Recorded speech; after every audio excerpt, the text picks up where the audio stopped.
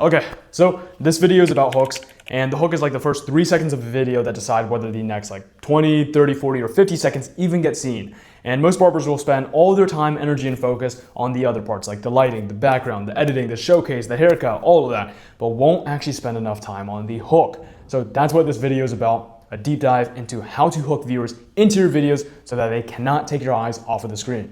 And trust me, I know hooks. I've gotten multiple reels with over 10 million views a video and have been paid over $6,000 from TikTok. So I know what I'm talking about. I don't want to make this video too long, so I won't be going over my entire content strategy. I'll be going over hooks and doing a real deep dive on it, so that way you can go out tomorrow, maybe the next week, implement this stuff, so you don't go pour your time, energy, and focus into your videos, expecting it'll bang, and then ends up getting under 10K views, leaving you kind of unmotivated to even keep posting. All right, so I'll teach you how to create hooks that go viral every single time, from the structure to how I write them, and I'll break down some hooks so that way you can go implement them and get them banging in your content. So if you don't know me, I'm Vu, and I got into cutting hair about 4 years ago when I was 15. I was, experimenting with different barbers, but I got butchered by every single one of them. So I decided to bring some clippers to see if I could do better.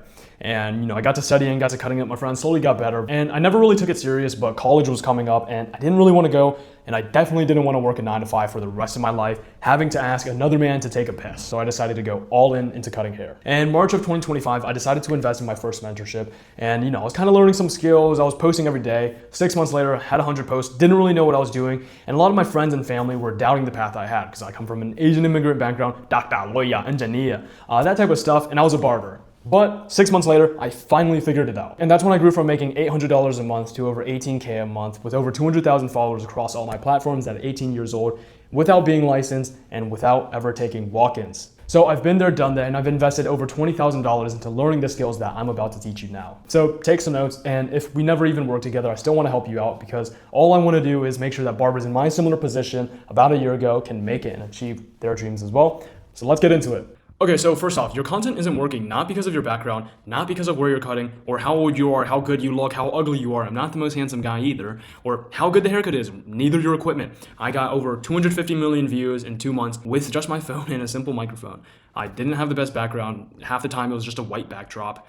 I was cutting in a barber school in the middle of Annandale, Virginia, not the safest place ever. I was 17, 18 years old when I was cutting and not the best barber. So if you were telling yourself that your content isn't working because of these reasons, you were just giving yourself excuses. So lock in and let's eliminate your limiting beliefs, because saying that your content isn't working because of these things are just going to get you nowhere. So if you want to hit your goals, get rid of this stuff. Now, why do hooks actually matter? Your hooks are the first 3 seconds of your video, and why it matters is because it builds curiosity in the viewers to continue watching past the first 3 seconds. You want them to stay on for another 10 seconds where you can rehook them, another 20 seconds where you can rehook them, get them watching for the next 30, 40, 50 seconds even. If no one watches your videos, you're not going to be able to convert anybody, you're not going to be able to make any money. The way you word your hooks, you're actually able to target your ICP. Your ICP is your ideal customer profile. Guys, we're running a business. You got to know these terms, ideal customer profile. That is the type of client you want to be serving. We want to really specialize in the type of person that we're cutting, either straight or flowy hair for white or Asians. That was my ICP. That is what I posted. And if you can get really specific, if you can get become an expert to cut a certain type of person, then those type of people will be willing to pay you so much more because you are the one and only who is that good and specialized at that thing. But if you guys do not have a hook, you cannot get views. If you don't get views, you do not make money. Simple as that. No views, no money, and no fun time for you. No food, no travel, no cars, no nothing, no family helping out with that stuff. Financial freedom, no money, impossible. So no hooks, no financial freedom. Hook, views. But views don't equal money. You do need views, relatability, and trust to equal money. But I just want to cover hooks in this video to not overwhelm you guys. Anyways, straight into it. Each one of your hooks, you must have a clear problem. Must have a clear problem. And this depends on your ICP, who you're actually trying to target. For me, my guys were insecure about their forehead. They said their hair looked chopped. They're going to school and they have a crush that they want to impress. A clear problem that they have. Maybe their hair is thinning if you're cutting older dudes. Maybe they're super thin, super light, or they've been pushed back multiple times if you're cutting a lot of Hispanics or African Americans who want line up. Must have a clear problem. 3 aspects to the hook: the verbal, the visual, and the action. The verbal, it's what you say and how you say it, your tone. And every single time you use a hook, you want to either, if you don't understand hooks just yet, you want to use scripted or proven hooks. And I'll go into that in a little bit, but I want to talk more about tone. When you're making your videos, you are an actor. You are acting as if you are a barber giving a consultation to your clients. Super simple, it sounds so dumb. But social media, these consultation videos, your barber videos, should be viewers peeping into a day in the life of a barber, of a client.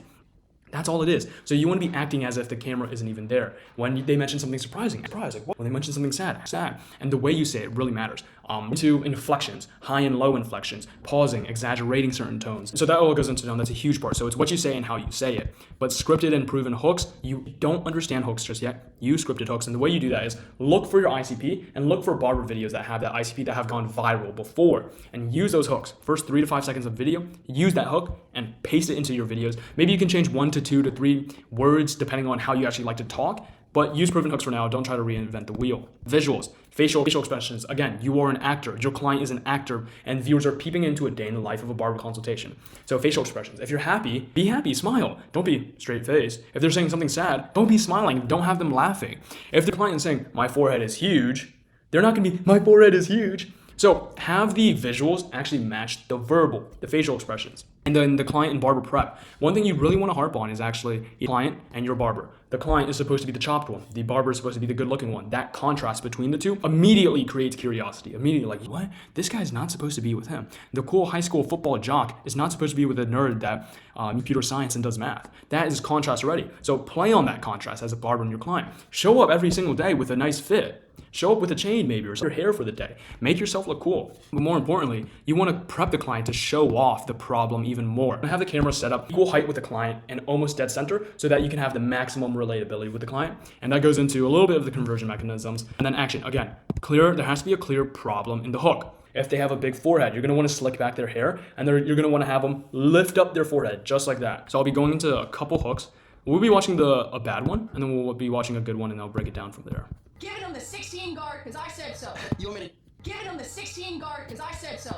Versus. I hate the way my son looks. He looks so tough. Give him the 16 guard. Okay, so this one, the verbal was. Giving him the 16 guard because I said so. You're giving him the 16 guard because I said so. Let's see. Does it have a clear problem? You're giving him the 16 guard because I said so. What's the problem? None. The tone, she's angry. Giving him the 16 guard because He's angry. She's angry. She's laughing. They actually look like brother and sister, but anyways. He's angry. He's laughing. That's not very realistic. That's not very genuine. So again, boom, not it. Let's see the visuals. How was the client prep? So immediately here, the client isn't prepped really well. Again, back to realism, guys. You want to have everything in your video seem as realistic as possible. No one is going to be showing up with band-aids on their glasses. That's just not how it works. Okay, so this guy had hair on his forehead, and client prep, not really the best. Also, no clear problem to really show. Facial expressions, camera setup is pretty solid, pretty much centered, same level as client, so not bad. And then action. Giving him the 16 guard because I said so. She's pointing, which is good. It's showing emotion, it's showing exaggeration. But again, the whole area that this hook falls off is that there is no clear problem. It's just an angry mom, but that is about it. Now if you go to this one, let's analyze the visual, verbal, and the actual action. I hate the way my son looks. He looks so tough. Give him the 16 guard. I hate the way my son looks. He looks so chopped. Give him the 16 guard. Immediately, clear problem. Mom hates the way her son looks, and then he is so chopped. Immediately. And the tone, the way she says it, she's not, I hate the way my son looks, and she's so chopped. It's almost like a very serious tone. Like he's a little bit too much. It's not very serious. Giving him the 16 guard because I said so. Giving him the 16 guard because I said so. Sounds very serious. As in, I hate the way my son looks. He's so chopped. Give him the 16 guard. That's like, oh my gosh, that sounds so serious. And the problem, I hate the way my son looks combined with the tone, amplifies the problem even more. So immediately, verbal, problem there, easy. Visual, whoops. Visual, let's see how it all is. They all play, visual, camera setup is solid. Here, visual, client prep, he looks nerdy. It looks very, very realistic. It looks like he would actually come in here. And then 16 guard, we all know it's a short haircut. This guy, you can immediately see it's long hair. And then that immediate contrast, long hair, 16 guard. You want to chop it all off? Immediately that contrast is playing in the viewer's mind. So I was like, holy shit, I'm curious. I want to see more. And then I end up giving him like a textured modern mullet that's on his forehead. And one thing you guys want to watch out for is like, hair is off his forehead right now. And to play into the transformation, you want to have the opposite. So hair's off the forehead, into the aftercut, his hair's on the forehead. So that's a small detail, but look out for it. And then visual. So facial expressions are natural. I hate the way my son looks. He No looks one's so laughing here. tough. So you can kind of shake his head even at the very end. See? He rolls his eyes a little bit and starts shaking his head. Immediately, shows off the problem even more. And then the action. It's a little bit hard to see in this one, but you have the action of the 16 guard. I want to point out that you do not need, technically, you do not need all of these to bang. If you have a really strong verbal, if you have a really strong visual, if you have a really strong action, you can get the video to bang. But if you can play on all three of these and have it insanely strong, oh my gosh, game over, guys. With this one, the main thing was the verbal was super strong. And that's why the video got, I believe, over 10 million views. Anyways, almost 1 million likes. But let's see some more. So this one's by Agent Sean. Let's see what this one's by. Forehead is huge, and my hair is just chopped. Okay. Salon people been giving me the Edgars, dude. Okay, salon people's giving me the Edgars, dude. Problem. Salon people be giving me the Edgars. That's not necessarily a problem. I mean, people like the Edgar cut. So immediately, right there, not a huge problem. Not really an insecurity that a lot of people go through. But let's talk about like the one thing. Your verbal has to match your visual. So salon people be giving me the Edgars, dude. Does this guy look like he has an Edgar? No, he just looks like he has overgrown hair that has been layered properly. So immediately right there, the verbal does not match the visual. So the viewer doesn't even know what's going on in the video. This guy says Edgar, but there's no Edgar here. What is going on? And again, there's no action in the video as well. It got 51 likes, maybe a couple thousand views. Verbal, you had the tone, but there was no clear problem. Visual didn't match the expected problem in the video. Facial expressions were just fine. Client prep, he didn't have an Edgar. And camera setup, it's just way too high. You want it on the same level, the same height as the client to maximize the relatability, so the viewer can really feel the impact of the problem when they say it more. But yeah, no problem and no action as well. See this one. My forehead is huge, and my hair is just chopped. Okay, just break it down. Verbal. Because my forehead is huge. Huge insecurity right there with a lot of people, young kids wanting a textured fringe. Huge insecurity. So it matches the ICP. And then my hair is just chopped. Another huge insecurity right there with his specific ICP. Young kids who want textured fringes. And then tone. He says it in a very serious way. And because my forehead is huge and my hair is just chopped. He's not like, and because my forehead is huge and my hair is just chopped. Now that's an exaggeration, but like when you actually bring it down to the smaller details, you can see that the tone is very realistic here. So again, verbal, boom, and it's a scripted one. And then visual, let's go to the visual. Facial expressions. How does the Sean look? He looks pretty serious. He's not smiling. He looks kind of concerned for the client in a way. And then facial expressions of the client. Let's go back. Because my forehead is huge, and my hair is just chopped. Yeah, because my forehead is huge, my hair. Right, so facial expressions are there. He's very he's not smiling, his lips aren't up, his eyebrows aren't raised. Very, very realistic looking, as if he's actually coming in here and saying that as a real client. That's the whole goal. You want to have the client be an actor in a way. And then client barber prep. Barber, Agent Sean, he wet and parted the hair off to the side so that you can see the forehead is actually much bigger than it is.